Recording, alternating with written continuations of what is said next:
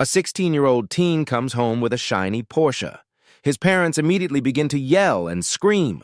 "Where did you get that car?" his father demands. "I bought it today," the boy replies calmly. "With what money?" His father is incredulous. "I know how much a Porsche costs." The boy shrugs and says, "This one cost me $15. The parents' outrage intensifies. "Who would sell a car like this for $15? They ask. "Well," the boy replies, "there's a lady up the street. Don't know her name. They just moved in. She saw me ride past on my bike and asked if I wanted to buy a Porsche for $15. "Oh, my goodness," gasps the mother. "She must be mentally ill. Who knows what she'll do next? Paul, you go right up there and see what's going on, and you, my son, should be ashamed of taking advantage." So, the boy's father walks up the street to the house where the lady lives and finds her in her yard, calmly planting flowers. He introduces himself as the father of the boy who bought the Porsche and asks what happened. "Well," she begins, "this morning I got a phone call from my husband. I thought he was on a business trip, but I learned from a friend that he's run off to Hawaii with his secretary and doesn't intend to come back. He said he was really stranded and asked me to sell his new Porsche and send him the money, so I did." As Chester left his pottery class, he gave himself a frantic TSA-style pat-down. He was searching for his keys, not in his pockets. A quick scan of the meeting room revealed nothing. Then it hit him. He must have left them in the car. Panicked, he bolted for the parking lot. Chester's wife, Sally, had scolded him countless times for leaving the keys in the ignition. His theory was that the ignition was the safest place to keep them. Sally's theory was that the car would get stolen. As he burst through the doors, he came to a terrifying realization. Sally was right. The parking lot was empty. He immediately dialed the police, explained the situation, and confessed he'd left the keys in the car, which was now gone. But then Chester had to make the toughest call of all. "Honey," he stammered. He always calls her honey in moments like these. "I left my keys in the car, and it's been stolen." There was a long silence. Chester wondered if the call had dropped, but then he heard Sally's voice. "Chester!" she barked. "I dropped you off." Chester went silent, utterly embarrassed. "Well, come and get me," he said sheepishly. "I will," Sally retorted, "as soon as I convince this cop to take off the handcuffs." A rich man had just received his brand-new Jaguar, complete with all the bells and whistles. As he drove along, enjoying the ride, he stopped at a red traffic light. While waiting, a tiny beetle pulled up beside him. The rich man looked at the small car and couldn't resist bragging. "This is the best limo money can buy. It has ABS, airbags for all passengers, automatic climate control, onboard computer systems, photochromatic glass, a mini bar, a satellite TV with a dish in the roof, and so much more." The beetle driver interrupted. "That's nice, but do you have a hairdryer in there?" Just then the light changed, and the rich man zoomed off, feeling slightly down that his car didn't have this simple item. That very day he had one installed. A few days later, he spotted the beetle again at a traffic light. Eager to show off his new addition, the rich man got out of his car and knocked on the window. The beetle driver, impatiently looking up, asked, "Yeah?" The rich man proudly said, "I got a hairdryer now." "Nice," replied the beetle guy. "But do you have this?" He revealed a tiny microwave oven installed in his dashboard. No, I don't," the rich man stammered.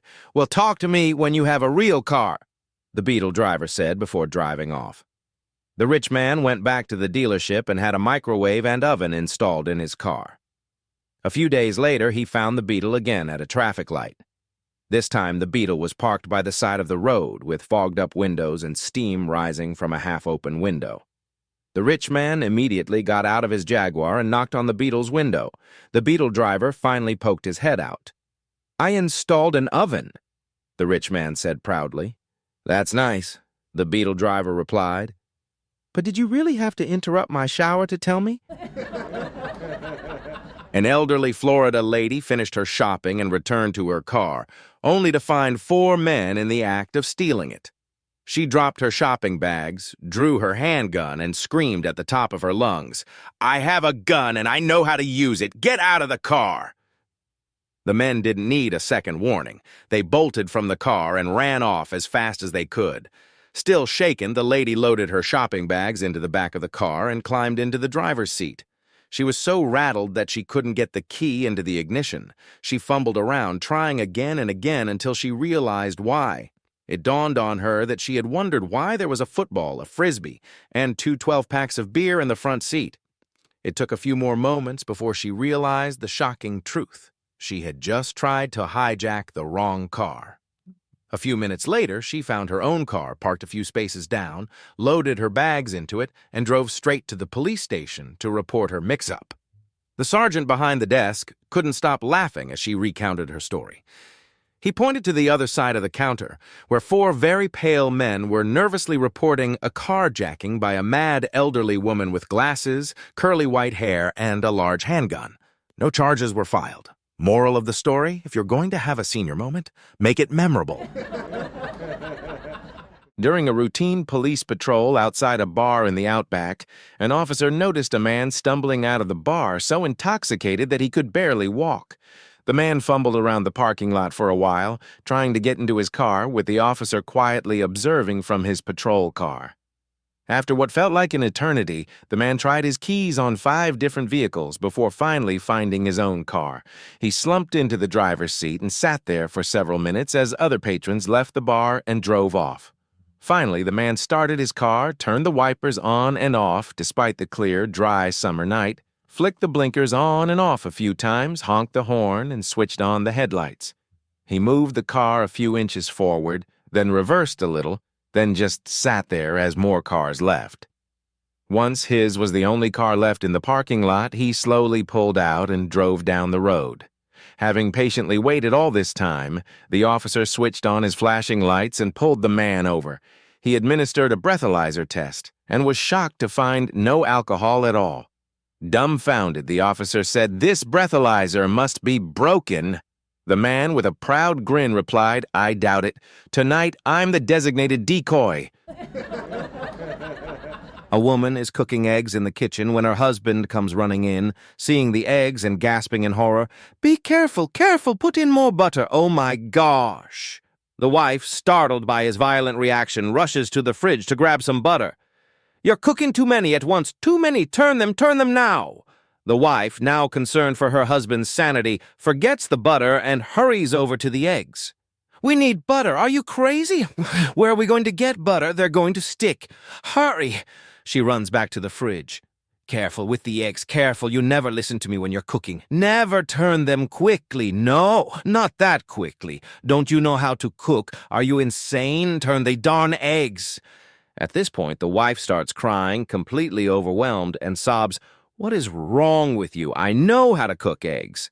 The husband simply smiles and says, "I just wanted to show you what it feels like to drive with you in the car." A nun gets into a cab and notices that the very handsome cab driver keeps staring at her. She asks, "Why do you keep staring at me?" The driver hesitates and says, "I have a question to ask you, but I don't want to offend you." The nun responds, "My son, you cannot offend me. When you've been a nun as long as I have, you've seen and heard just about everything. I'm sure there's nothing you could ask that would offend me."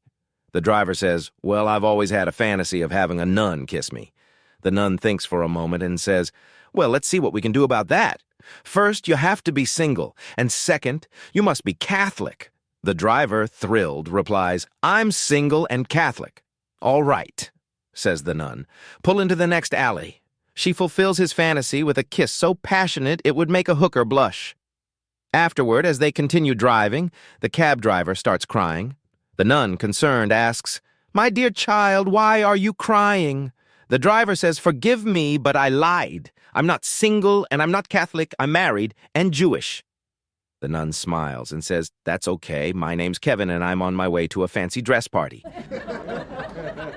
A few decades ago, a man and his wife were driving through the country on their way from New York to California. Looking at his fuel gauge, he decided to stop at the next gas station and fill up. About 15 minutes later, he spots a mobile station and pulls over to the high-octane pump. "What can I do for y'all?" asks the attendant. "Fill her up with high test," replies the driver. As the attendant fills the tank, he looks the car over and asks, "What kind of car is this? I've never seen one like it before." The driver puffs out his chest with pride and says, "This, my boy, is a 1999 Cadillac DeVille." "Wow, what features does it have?" asks the attendant. "Well," says the driver, "it has everything. Power steering, power seats, power sunroof, power mirrors, AM/FM radio, a 10-deck CD player in the trunk with 100 watts per channel, an 8-speaker stereo, rack and pinion steering, disc brakes all around, leather interior, a digital instrument package, and best of all, an 8.8-liter V12 engine." The attendant's eyes widen. "Wow, that's really something." After filling up, the driver asks, "How much do I owe you?" "That'll be $30.17, replies the attendant. The driver pulls out a $20 and a $10, then digs into his other pocket, pulling out a handful of loose change. Mixed in with the change are a few golf tees. "What are those little wooden things?" asks the attendant. The driver, without missing a beat, says, "That's what I put my balls on when I drive." The attendant stares for a moment before responding, "Wow, those Cadillac people really think of everything." A hip young man goes out and buys an expensive car, a Ferrari 599 GTO. It costs him nearly $500,000. Proud of his new purchase, he takes it out for a spin and stops at a red light. An old man on a moped, looking about 75 years old, pulls up next to him. The old man looks over at the sleek, shiny car and asks, "What kind of car you got there, sonny?" The young man replies, "It's a Ferrari 599 GTO. It cost nearly $500,000. "That's a lot of money," says the old man. "Why does it cost so much?" "Because it's a limited edition model," the young man says, puffing out his chest. The moped driver asks, "Mind if I take a look inside?" "No problem," replies the owner.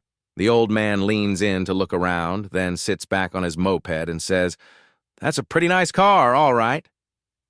Just then, the light turns green and the young guy decides to show off.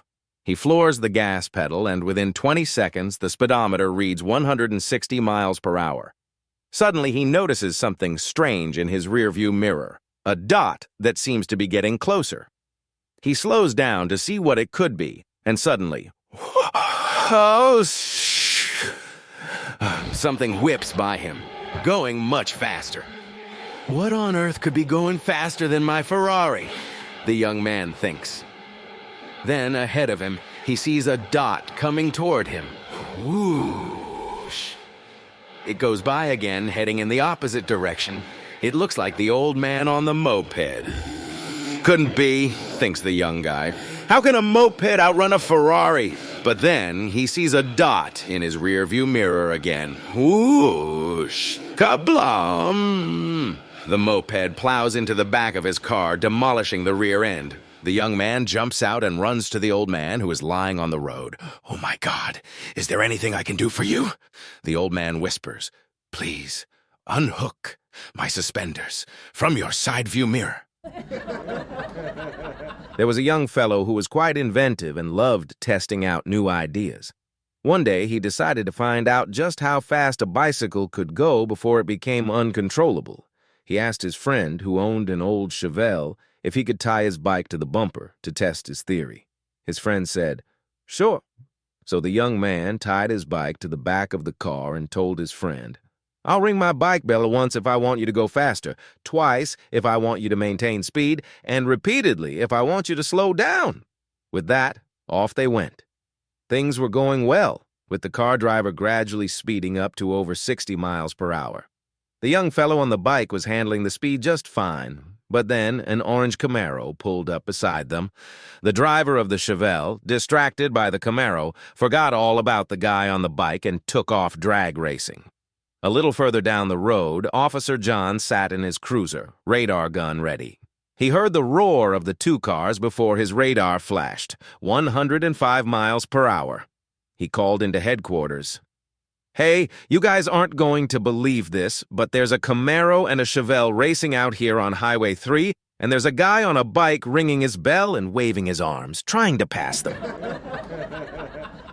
A guy goes to Las Vegas to gamble but ends up losing all his money. He doesn't even have enough for a cab, but he flags one down anyway.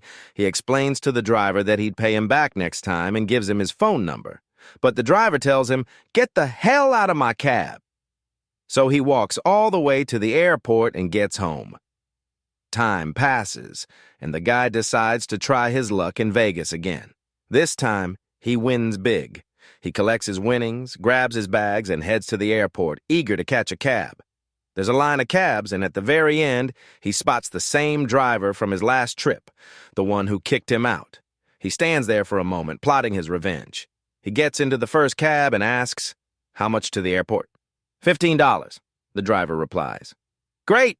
How much for you to sleep with me on the way there?" the guy asks. "Get the hell out of my cab!" the driver snaps. So the guy goes to the next cab, asks the same question. "How much to the airport?" $15. "Great! How much for you to sleep with me on the way there?" The driver tells him to get the hell out as well. He does this all the way down the line of drivers, each one kicking him out. Finally, he gets to the last driver, the one from his previous trip. The driver doesn't recognize him and asks, "Hey, how much to the airport?" $15. The driver responds. The guy hands him $15 and says, "Great, let's go." The driver pulls away, slowly passing all the other cabs as the guy in the back smiles broadly and gives them a smug thumbs up. After 20 years of work, a successful gynecologist had grown tired of malpractice insurance and HMO paperwork. Deciding to seek a new career, he thought that his skillful hands might be useful in another field, so he decided to become a mechanic. It was something he'd always been interested in, so he enrolled at the local technical college and attended evening classes, learning all he could.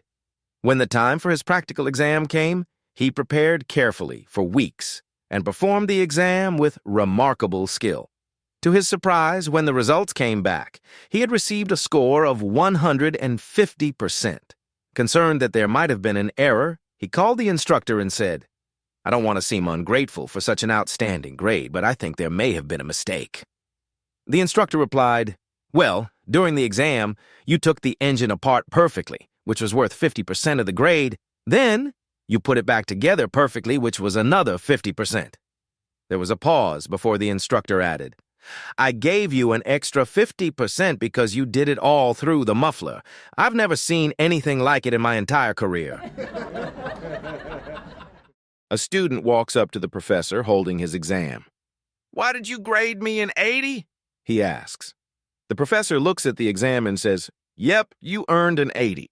The student pauses for a moment, then asks, "If I bite my own eye, will you give me an 85?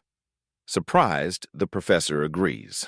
The student then takes out his glass eye and bites it. The professor, shocked, takes the exam back and changes the grade to 85. The student pushes further. "What if I bite my nose? Will you give me a 90? The professor thinks he can't take out his nose, but he agrees. The student then removes his dentures and bites his nose. Again, the professor changes the grade to 90. The student smirks and asks, "Now, if I get up on this table and pee Coco Chanel perfume all over you, will you give me a 100? The professor, now intrigued, agrees, thinking he might see something impressive. The student climbs onto the table and proceeds to urinate all over the professor. The professor, drenched, sniffing the professor's shirt, exclaims, "This isn't Coco Chanel, this is just piss." The student grins and says, "Fine, we'll leave it at 90. One day in class, Mr. Johnson called Johnny over to his desk and said, "Johnny, I have a feeling you've been cheating on your tests." Johnny was shocked and asked, "How can you prove that?" Mr. Johnson replied, "Well, I was reviewing your test, and the question was, who was our first president? Mary, who sits next to you, wrote George Washington, and so did you." Johnny, with wide, innocent eyes, responded, "But everyone knows George Washington was the first president." "Just wait," Mr. Johnson said. "The next question was, who freed the slaves? Mary wrote Abraham Lincoln, and so did you." Johnny explained, "Well, I read the history book last night and remembered that." Mr. Johnson raised an eyebrow. All right. But the next question asked, who was president during the Louisiana Purchase? Mary wrote, I don't know. And you wrote, me neither. A man rushed his wife to the doctor, clearly distressed. Husband, doctor, my wife is in severe pain because of her appendix. Doctor, you fool! I removed her appendix last year. No one in the world can grow a second appendix. The husband, without missing a beat, smirked and replied, but a second wife is possible, right? At a recent computer expo, Comdex, Bill Gates reportedly compared the computer industry to the auto industry, saying, if Ford had kept up with technology like the computer industry, we'd all be driving $25 cars that got 1,000 miles to the gallon. In response, Ford issued a press release stating, if Ford had developed technology like Microsoft, we'd all be driving cars with the following characteristics, and we just love this. Your car would crash twice a day for no reason at all. Every time they repainted the road lines, you'd have to buy a new car. Occasionally, your car would die on the freeway for no reason. You'd have to pull to the side, close all the windows, turn off the car, restart it, and reopen the windows before you could continue. And for some reason, you'd just accept it. Executing a simple maneuver like a left turn would cause your car to shut down and refuse to restart. At that point, you'd have to reinstall the engine. Macintosh would make a car that runs on solar power is 5 times faster and twice as easy to drive, but it would only work on 5% of the roads. The oil, water temperature, and alternator warning lights would all be replaced with a single, this car has performed an illegal operation warning light. The airbag system would ask, are you sure? Before deploying. Occasionally, for no reason, your car would lock you out and refuse to let you in until you simultaneously lifted the door handle, turned the key, and grabbed the radio antenna. Every time a new car model was introduced, you'd have to learn how to drive all over again because none of the controls would operate like the old car. You'd have to press the start button to turn the engine off. A married couple moves into a new home. A few days later, the husband returns home from work, and his wife says, honey, one of the pipes in the bathroom is leaking. Could you fix it? What do I look like, a plumber? The husband asks, and goes to sleep. A few days later, the wife says, honey, my car won't start. I think it needs a new battery. Could you change it? What do I look like, a mechanic? He replies, scowling. A week later, the wife says, dear, the roof is leaking. Could you do something about it? What do I look like, a roofer? He grumbles. Take care of it yourself. He leaves for a business trip that week and says, when I come back, I want all these things fixed. A week later, the husband comes home and is amazed to find the roof is fixed, the car is running, and the pipes are brand new. Great. How much is that going to cost me? He asks, frowning. Nothing at all. The wife replies.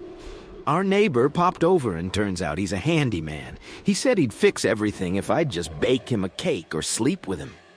Wow, the husband says. What kind of cake did you bake for him? The wife looks at him and says, what do I look like, a baker? A farmer took his truck in for repairs.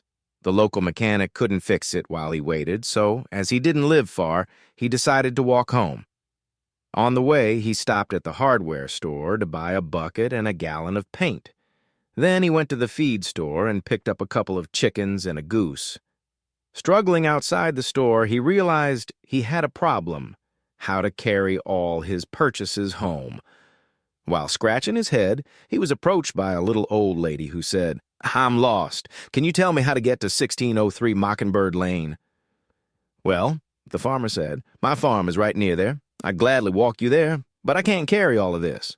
Why don't you put the paint in the bucket, carry the bucket in one hand, tuck a chicken under each arm, and hold the goose in your other hand, suggested the lady. Why, thank you very much, he replied, and proceeded to walk the old lady home.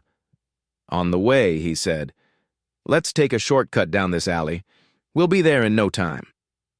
The old lady looked him over cautiously and said, I'm a lonely widow without a husband to protect me. How do I know that when we get into the alley you won't push me up against the wall, lift up my skirt, and take advantage of me?"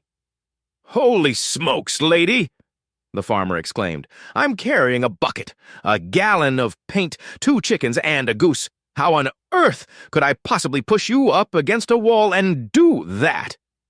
"Well," the old lady replied, "if you were to do such a thing, you'd set the goose down, cover it with the bucket, put the paint on top of the bucket, and I'd hold the chickens." A chicken walks into a library, marches up to the desk, and says, "Book, book, book." The librarian, confused but polite, hands the chicken a couple of novels. The chicken takes them and leaves the library, walking across the street through a field and disappearing down the hill. The next day, the chicken returns. It walks right up to the librarian, drops the books on the desk, and says, "Book, book, book, book." The librarian hands over a few more books, watches the chicken leave, and again it heads across the street, through the field and down the hill. The day after, the chicken shows up once again.